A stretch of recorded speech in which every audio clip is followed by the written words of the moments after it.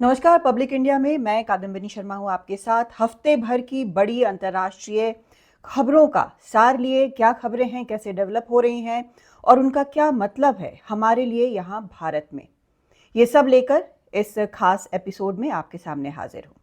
तो सबसे पहले वो खबर जो कि लगातार डेवलप हो रही है, जिसका असर हम पर, आप पर, सब पर पड़ता है, और वो है अमेरिका ईरान के बीच जो युद्ध है वो एक बार फिर से शुरू हो चुका है।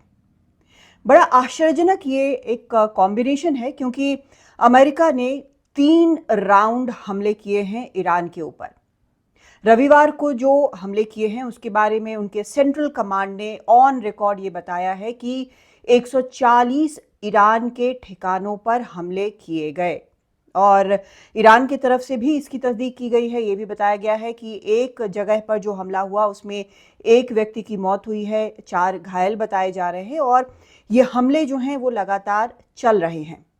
300 से ज़्यादा ठिकाने, इनके बारे में कहा जा रहा है अमेरिका की तरफ से कि इसमें मिलिट्री एयर डिफेंस ईरान का जो है उसको निशाना बनाया गया। कोस्टल यानी समुद्र के पास जो रडार सिस्टम्स हैं, साइट्स हैं, उनको निशाना बनाया गया।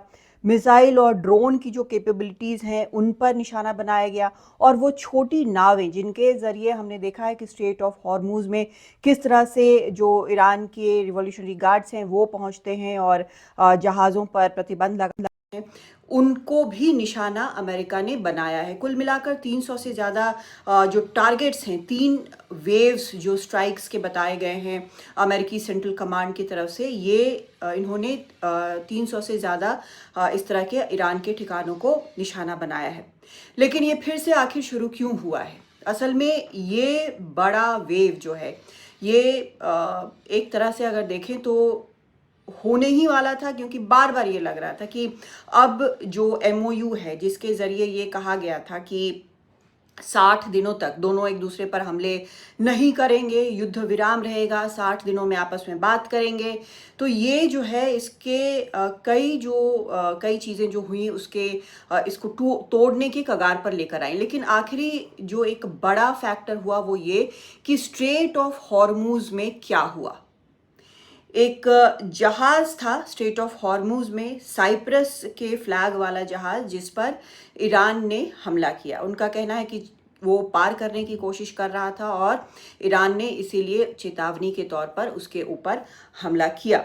और ये जो हमला है उसके बाद राष्ट्रपति ट्रंप ने स्ट्राइक्स जो हैं और बढ़ा दिए, ऑर्डर किया गया स्ट्राइक्स का, और लगातार निशाना बनाया गया ईरान को। लेकिन ईरान यहाँ पर जो है उसने ये कहा कि स्ट्रेट ऑफ हॉर्मूज बंद है और इसीलिए उसने जहाज को रोका। दूसरी तरफ अमेरिका बार बार ये कह रहा है, राष्ट्रपति ट्रंप बार बार ये कह रहे हैं कि स्ट्रेट ऑफ हॉर्मूज खुला है। ये एक बार फिर से वही स्थिति है जो कुछ वक्त पहले थी, कि दोनों के दावे एक दूसरे के बिल्कुल उलट हैं और दोनों एक दूसरे पर हमले कर रहे हैं। लेकिन ईरान ने हमलों का जवाब दिया है, जैसे उसने पहले दिया था। अपने पड़ोसी देशों में अमेरिका के जो बेसेस हैं उनको वो लगातार निशाना बना रहा है। हमने देखा कि किस तरह से ईरान ने जो अमेरिकी मिलिट्री बेसेस हैं बहरीन में, कुवैत, कतर, जॉर्डन, यहाँ तक कि ओमान में भी उसने इन सबको निशाना बनाया है। और ये इरना जो न्यूज़ एजेंसी है उनकी, ईरान की, वो कह रही है कि जो यूएस के बेसेस हैं, जो भी ठिकाने हैं इस इलाके में, उनको लगातार वो ड्रोन के ज़रिए भी निशाना बना रहा है। और बहरीन में ड्रोन का जो फ्लीट है अमेरिका का, उसको उन्होंने नष्ट कर दिया है, ये भी उनका दावा है। दूसरी तरफ हमने देखा है कि जो ये सभी जो पड़ोसी देश हैं उन्होंने भी इस तरह के बयान जारी किए हैं कि हम मिसाइल को इंटरसेप्ट कर रहे हैं जो ईरान से चले हैं, या ड्रोन्स को इंटरसेप्ट कर रहे हैं। कई जगहों पर हमने इस तरह के बयान देखे हैं, यहाँ तक कि सऊदी पर भी, जहाँ पर मई के बाद से हमला नहीं हुआ था। हालांकि उन्होंने कहा है कि उनके क्षेत्र के अंदर ये सब नहीं घुसा। तो ये सब कुछ हुआ है। लेकिन एक जो फैक्टर है जो हम सबको समझना चाहिए वो ये कि युद्ध शुरू हुआ था किस मसले पर। यह मसला था कि ईरान के पास परमाणु हथियार नहीं हो सकते, ईरान के पास मिसाइल कैपेबिलिटी कम होनी चाहिए। अब वो सब कुछ बदल गया है। अब मेन जो मसला है, जो पहले कभी नहीं था इतिहास में, वो ये कि स्ट्रेट ऑफ हॉर्मूज को किस तरह से अंतर्राष्ट्रीय शिपिंग के लिए खुला रखना है। क्योंकि एक ऐसा हथियार, ये एक ऐसा लेवरेज अमेरिका ने ईरान के हाथ में दे दिया है कि दुनिया भर इससे परेशान हो रही है। पूरी दुनिया में इससे समस्या हो रही है। तेल गैस के सप्लाई पर असर पड़ा है और ये दुनिया का तेल है, उसका इंजन, दुनिया का इंजन भी इसी तेल से चलता है। एक बड़ा हिस्सा इस तेल का इसी इलाके से गुजरता है और ईरान जो है इसको हथियार के तौर पर इस्तेमाल कर रहा है। लेकिन एक और फैक्टर है जो सीधा भारत से जुड़ा है। भारत ने अपने नाविकों को स्ट्रेट ऑफ हॉर्मूज में खोया है, चाहे वो अमेरिका के हमले में हो व्यापारिक जहाज पर या फिर ईरान के हमले में हो। दोनों देशों से बताया जाता है कि बड़े अच्छे कूटनीतिक रिश्ते हैं, पुराने रिश्ते हैं, लेकिन तो भी भारत के नागरिक जो नाविक हैं अलग अलग झंडों वाले जहाज़ों पर, वो बन रहे हैं निशाना। ताज़ा जो मामला था जिसको लेकर अमेरिका ने अब ईरान पर हमला किया है, वो है GFS गैलेक्सी का, जो कि ओमान के तट के पास था, जिसके ऊपर हमला हुआ। इसमें 11 जो क्रू मेंबर हैं वो भारतीय थे। इनमें से 10 को ओमान की मदद से, उनके अधिकारियों की प्रोएक्टिव कोशिशों से, ये 10 जो हैं, 10 भारतीय सेलर जो नाविक हैं वो तो बचा लिए गए हैं। लेकिन एक बार फिर एक और नाविक जो है, 11वां जो भारतीय नागरिक है, वो मिसिंग है। भारत ने इसके बारे में एक बयान दिया है, कहा है कि वहाँ पर ओमान की तरफ से मदद मिल रही है इनके लिए बचाव व राहत में। और ऐसा हमला था, आपको बताऊं कि जो वहाँ पर मॉनिटर करते हैं, अंतर्राष्ट्रीय मॉनिटरिंग सिस्टम है, उनका कहना है कि ये जहाज़ जो है वो तेज़ी से डूबने लगा और क्रू को ये जहाज़ छोड़कर निकलना पड़ा। तो एक भारतीय अभी भी इसमें मिसिंग है। भारत ने ये कहा है, बहुत कड़ी निंदा की है कि इस तरह से व्यापारिक जहाज़ों पर हमले नहीं होने चाहिए। हालांकि किस देश ने हमला किया है इसका नाम इसमें नहीं लिया गया है। बार बार भारत ने ये कहा है बयान देकर कि व्यापारिक जहाज़ों पर इस तरह से हमले जो हैं वो बिल्कुल गलत हैं। बातचीत के जरिए कोई भी मुद्दा जो हो वो सुलझाया जाना चाहिए, ताकि इस पूरे क्षेत्र में शांति स्थिरता वापस लौटे। भारत एक देश है जिसके नाविक इसके सीधे चपेट में इस युद्ध के आ रहे हैं, क्योंकि स्ट्रेट ऑफ हॉर्मूज में कई ऐसे जहाज़ हैं जो कि भले ही भारतीय झंडे वाले ना हो, लेकिन अलग अलग देशों में, अलग अलग देशों के झंडों के तले भारतीय नाविक जो हैं वो काम करते हैं। बहुत बड़ा ये वर्कफोर्स है भारतीय सेलर्स का, लेकिन वो इसकी जद में, इस युद्ध की जद में बार बार आ रहे हैं।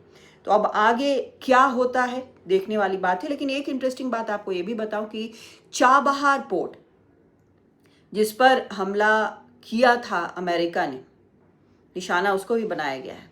भारत के इंटरेस्ट वहाँ पर भी हैं और उसको लेकर कुछ खास यहाँ पर बयान नहीं दिखाई दिए। तो ये भी एक फैक्टर है। तो ये सभी चीज़ें जब चल रही हैं तो बाकी चीज़ें भी दुनिया में चल रही हैं। और एक जिस चीज़ को लेकर हम सब ये सोच रहे थे कि क्या होगा क्या नहीं होगा, क्या ये अब बस होने के कगार पर है, वो है भारत अमेरिका ट्रेड डील। अब तक ये लग रहा था कि बस ये होने ही वाला है, लेकिन अब एक जो खबर आई है उसके मुताबिक भारत ने बिल्कुल एक हार्ड स्टैंस लिया है।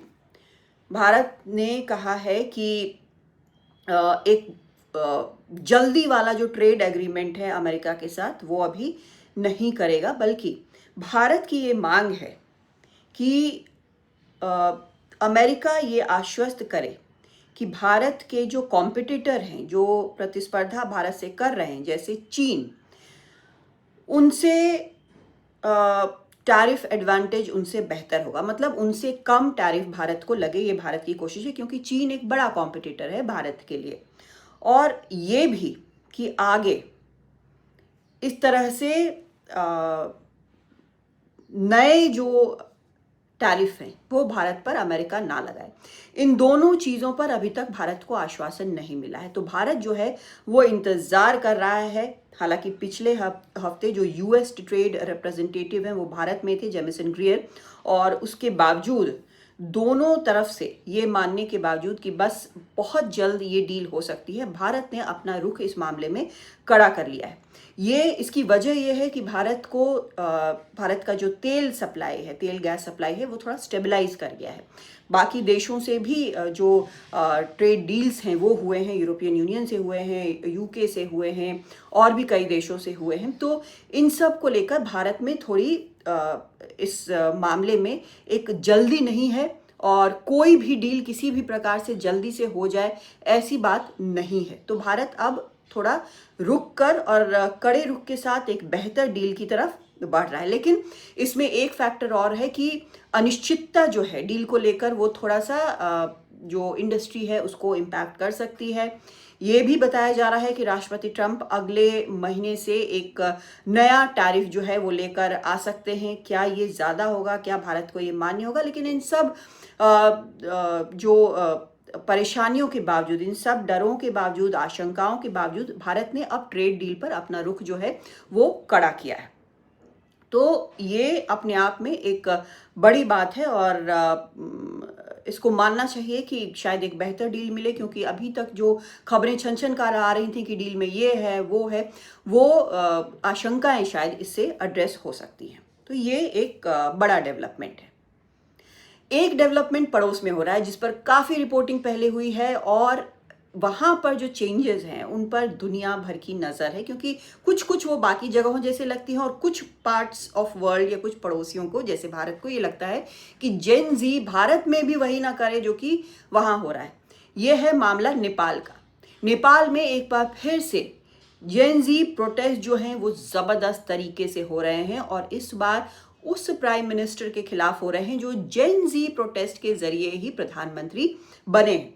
हम बात कर रहे हैं नेपाल के प्रधानमंत्री बालेन शाह की, जिनका एक पहला बड़ा जो टेस्ट है, बड़ी परीक्षा है इस वक्त, जो जिस तरह से लगातार प्रोटेस्ट हो रहे हैं, वो कई हजार लोग बाहर आए काठमांडू की सड़कों पर। उन्होंने कहा कि सरकार का जो रीसेटलमेंट प्लान है वो गलत है। जिस तरह से जो स्क्वाटर्स जिसको कहते हैं कि अलग अलग जगहों पर ज़मीन पर वो कब्जा करके बैठे हैं, सरकारी ज़मीन है, वहाँ से निकालने की कोशिश है, उनको हटाने की कोशिश है, ये खुद बालेन शाह का आदेश है। लेकिन इन प्रोटेस्टर्स का ये कहना है कि बिना कहीं और जगह दिए या कहीं कोई और इंतज़ाम किए बगैर इनको इस तरह से हटाया नहीं जा सकता है। कुछ दिनों से ये प्रोटेस्ट चल रहा है, लेकिन जो बिना ज़मीन के लोग हैं उनको होल्डिंग सेंटर में डालना, यहाँ से हटाकर, सरकारी ज़मीन से हटाकर, उसको जेन जी जो है वो गलत मान रहा है और अब सड़क पर निकल चुका है। तो ये जो फैक्टर है वो बड़ी परीक्षा होगी। जो लोकल रिपोर्ट्स वहाँ से आए हैं, जो वहाँ की मीडिया रिपोर्ट कर रही है, वो ये भी बता रही है कि इस मामले में, इस प्रोटेस्ट के मामले में न सिर्फ एक्टिविस्ट और प्रोटेस्टर्स, स्टूडेंट्स वो भी हिरासत में लिए गए हैं, यहाँ तक कि कुछ पत्रकार भी हिरासत में लिए गए हैं, ये वहाँ से खबर आई है। तो ये ऐसी एक चीज़ है जिस पर नज़र रखने की ज़रूरत होगी, क्योंकि पिछले ही साल सरकार बदली है जेन जी के प्रोटेस्ट के बाद। और एक और फैक्टर एक और खबर जिसके बारे में चर्चा हो रही थी वो ये कि जो ईरान के पूर्व सुप्रीम लीडर थे अयतुल्ला अली खamenei, उनका आखिर अंतिम संस्कार हो गया है, और ये उम्मीद थी कि उनके जो सक्सेसर हैं मुज्तबा खamenei इसमें कहीं ना कहीं नज़र आएंगे, लेकिन वो नहीं आए हैं।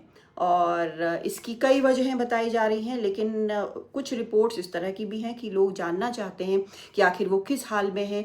जो फिर से एक सिचुएशन क्रिएट हुआ है अमेरिका और ईरान के बीच में, वहाँ पर कुछ लोग ये भी मानते हैं कि उनको सामने आना चाहिए, चाहे वो किसी भी स्थिति में हो, उनको सामने आना चाहिए। तो आते हैं वो सामने, नहीं आते हैं ये, और कब आते हैं ये देखने वाली बात है।